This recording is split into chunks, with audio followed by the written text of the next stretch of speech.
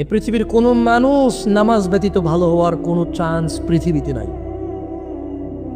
ও European আমেরিকানরা খুব ভালো, ওরা না খুব ভদ্র, ইংরেজি কথা বলে, এক্সকিউজ মি বলে কথা বলে, হ্যাঁ কিছু হলে সরি বলে, অল্প একটু উপকারে থ্যাংক ইউ বলে, ওরা খুব ভালো, চুরি ডাকাতি নাই। আরে ওদের সিকিউরিটি সিস্টেম দেখছেন আপনি? চুরি করা কি সহজ নাকি দেশে?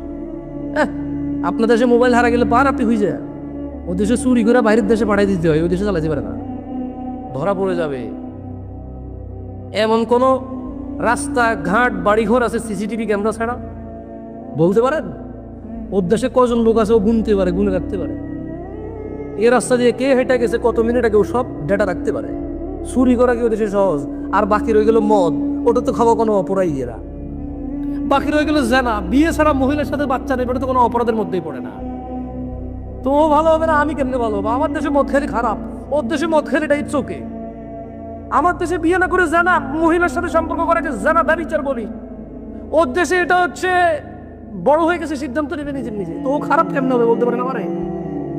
আমার তো ভালো থাকা কঠিন। আমার ভালো থাকতে হলে জেনা করা যায় না, নেশা করা যায় না, এই বিবাহ বহির্ভূত সম্পর্ক করা যায় না। আমার ভালো থাকতে হলে গালিগালাজ করা যায় না। ও তো গালিগালাজ করুক, মদ খাক, গাঁজা খাক, মহিলা নিয়ে শুয়ে থাক, অল্প কাপড়ে হাঁটুক, ওর মেয়ে তো ওর মেয়েকে তো খারাপ বলবে না। আমার এখানে তো একটা মেয়ে সায়া আর ব্লাউজ পরে হাঁটলে ওর কি বিয়ে শাদী সম্ভব বলে মনে হয়? আর এত সোজা বলে মনে হয়? আর কিন্তু ওর দেশে তো চাঙ্গা পরেও হাঁটলে কোনো সমস্যা নাই। তো ভালো ও ও খারাপ হবে কিভাবে বলতে পারেন আমারে? তাহলে আমার দেশে যদি ভালো থাকতে হয়, সালাত ছাড়া ভালো হওয়া সম্ভব নয়। দিনী ভাইরা, একটু আগে বলেছিলাম আমরা কি নিজেদেরকে মুসলমান বলি? আসেন, মুহাম্মদ সাল্লাল্লাহু আলাইহি ওয়াসাল্লাম কাদেরকে মুসলমান বলে শুনবেন? ঠিক আছে, তাহলে গোনা গোনা 3টা হাদিস পড়ে এখান থেকে চলে যাব। কেন বললাম এটা? বহু কথা বলে ফেলছি, এরকম কথা বললে মানে আউল ফাউল এদিক সেদিক কথা বহু চলে যাবে। আপনাকে গুনে গুনে 3টা হাদিস পড়াবো, এরপর আপনি সিদ্ধান্ত নেবেন আপনি মুসলমান হয়ে মরবেন নাকি অমুসলমান হয়ে মরবেন। এরপর আপনি সিদ্ধান্ত নেবেন আজকের এই বৈঠক আপনার কাজে আসা উচিত নাকি বিফলে চলে যাওয়া উচিত। এরপর আপনি সিদ্ধান্ত নেবেন 2টা কাজে দান করেন, এই দানটা কি কাজে আসা উচিত নাকি বিফলে চলে যাওয়া উচিত।